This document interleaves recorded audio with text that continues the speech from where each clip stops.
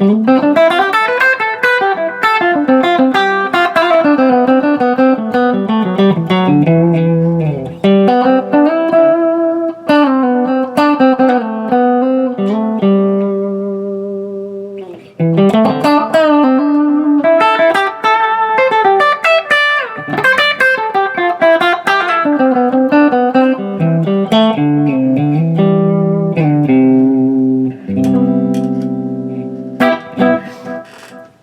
folks, it's been a while since I did one of these videos, but I got some stuff that I've been working with this last year, and I thought it would be kind of fun to tell you about my experiences with it to see if it's helpful for you guys at all, if you happen to be looking at any of this same gear.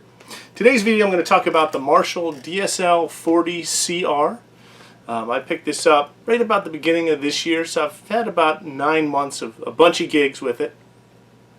I've just been tickled to death with it. It's been working amazing. It's really fun to play gigs with. And I thought I'd just kind of show you how I run it and see if that benefits you at all. It's got a ton of features. So it basically has 4 channels, 2 of which are selectable with the foot switch that it comes with. I think you can buy an upgraded foot switch, but really I see no need for it. I use 2 channels. I'm just running my Eric Johnson Strat into it, and I have a MXR carbon copy delay in the loop for a little bit of delay, just because I like that.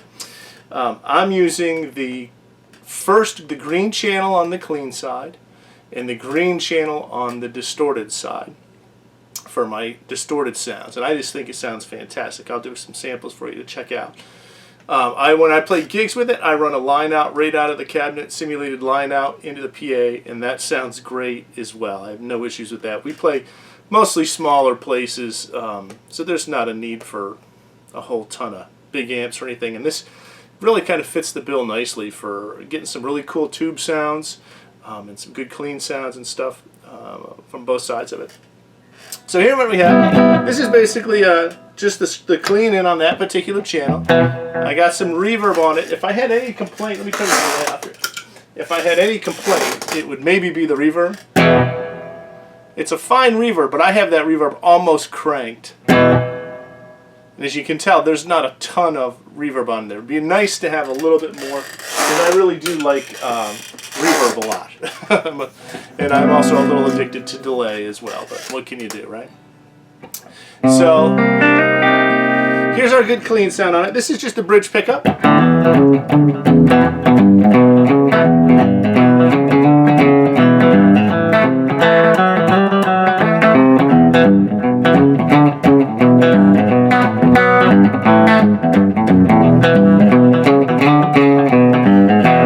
Sounds cool for that kind of country stuff. Sounds cool for this kind of jazz stuff.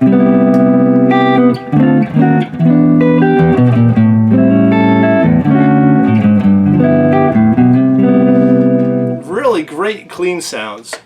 For years, believe it or not, I'm old and I've been playing guitar for a really long time. I've had a ton of amps, and I owned one other Marshall, and it was like an MG solid state amp for a little bit. Very short minute. I didn't really like it too much. So they were never really on my radar. When I was really young, I had a bad experience. We were playing a festival, and they had one as a backline, and it just sounded horrible, and I was probably 17 or 18. And in my mind, that's what they all sounded like, which is ridiculous. But they just kind of never were on my radar again after that, until I kind of saw this one, and I thought I would kind of give it a try. And I was always concerned. I knew they had great lead sounds, right? I've spent 40 years trying to get a Marshall lead sound on all my other amps and modelers and everything else.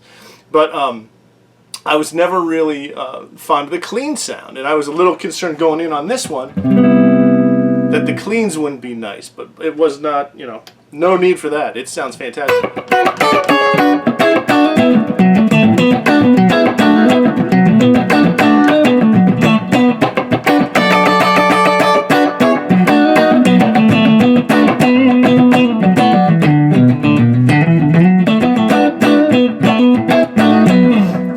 So you can hear it's squeaky clean. There's no grit on it whatsoever. I can get the grit on it if I wanted to. The red channel on the clean side can get you a little bit of breakup on it, which is nice.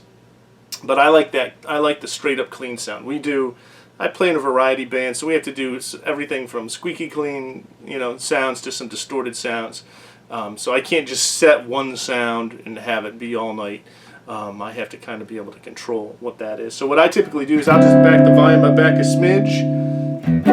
There's my rhythm sound. And then when I need a lead sound, I just kick it forward.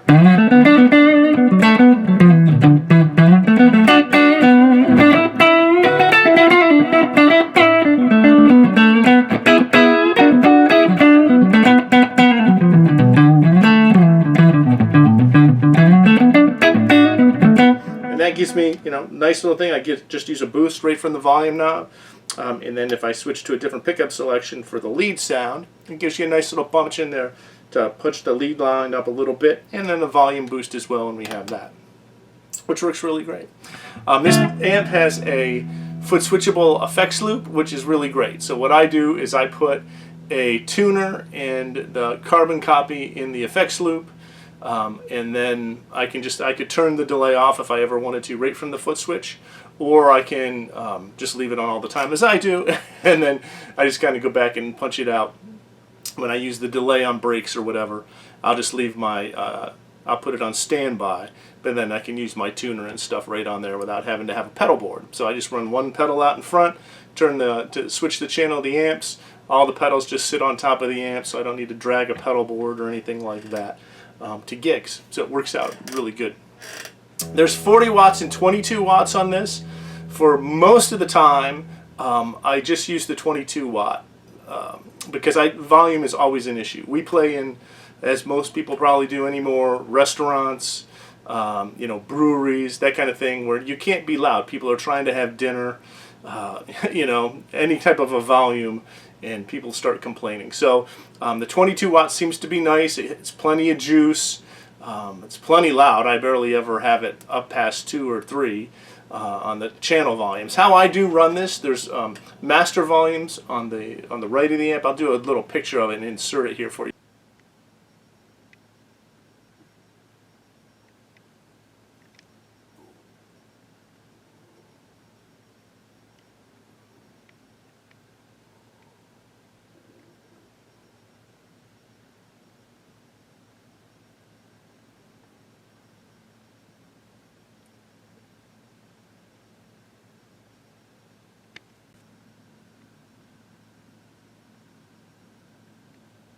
You can see it, where you can do the clean and the distorted sound master volumes for each one, and I have those pretty much cranked, probably about 3 o'clock, and then I just have the volumes on each of the channels turned down to blend in where I want. So the output channel is pretty ripping, and then the input, the individual channels are much softer on the way back down. So that's how I use it, and it works really great for me. If we do play someplace we can turn up a little louder, like if we do an animal club or something like that, where you can have a little bit more volume on a bigger room, it still works beautifully. Just turning the channel volumes up each individually and crank those up a little bit more and keep the overall master volumes at the same. It seems to work pretty well. So that's the clean sounds, and I'll just click this over here quick and we'll get the distorted sound. Hopefully this doesn't distort.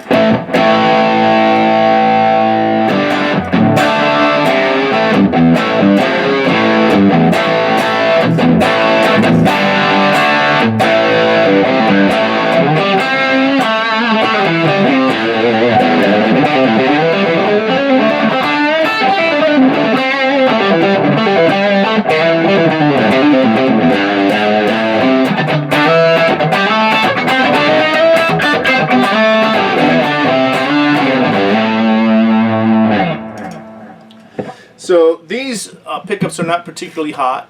These are hot noiseless, Fender hot noiseless pickups, I believe.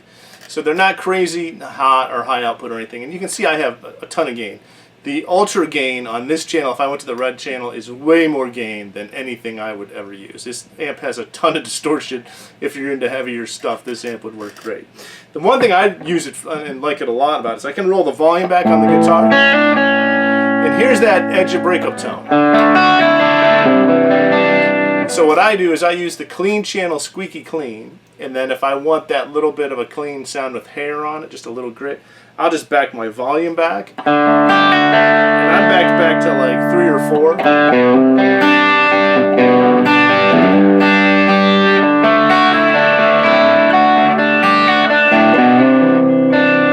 So this actually works like a third sound. And then as I want more gain, I just use my volume knob. I hit a little harder, crank it up again, here's about 8.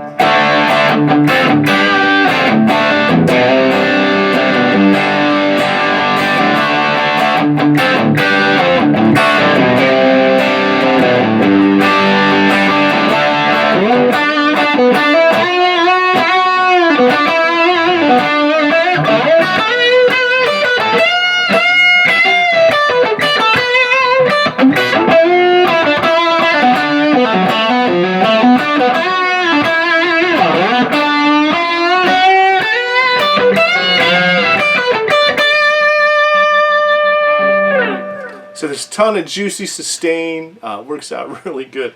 I've been really happy with the amp altogether. It's been, it's not too crazy heavy. I'm going to guess it's in 40 pounds or so.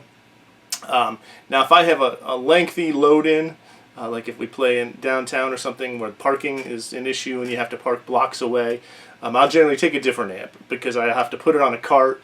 And I don't want a tube amp rattling around on, you know, pavers and stuff. But I do use a cart and I load all my stuff, and usually you take it in that way right from the car. But generally it's about 41 pounds. So for a tube amp, it's not crazy heavy to kind of carry along around at all. And just has been working great for me. So I've been using it a ton of gigs in about 9 months so far. So again, I thought this is not a sponsored video. No one give me anything. This is an amp I bought and I use, and I thought you'd just kind of like to know kind of where I'm coming from on what I use these tools for and how I use them. The first one of these I did have an issue. Everything worked great on it, but the line out, the speaker, the emulated line out in the back didn't work. And the company I got it from was great. They immediately sent me another one, and this one has worked great all along. So there was an issue with the first one, but it was quickly remedied, and this one so far has worked amazingly well. And it's, more importantly, it's a ton of fun to play, which is what I kind of look for in this stuff, right? These are all just tools, and hopefully they make it fun to play and they inspire us in a way that we play a little bit better if we can. So hopefully this is helpful for you. If you have any questions or comments about it, feel free to post them below. If you have this amp and you'd like to share your experiences with folks who happen to maybe be looking at this stuff, one of the downsides we have now, right, is we don't get to try this stuff out. We have to order it online in many cases, especially if you're like me and live in a small town. We don't have a bunch of places we can do this stuff at, so to try it all out. So we have to buy it online and hope for the best and send it back. If it's not kind of what we want. So it's nice to have people's input on this stuff, as how they're using it, has it worked well for them, and that sort of thing. So hopefully that's what this is for. And as always, thank you so much for watching.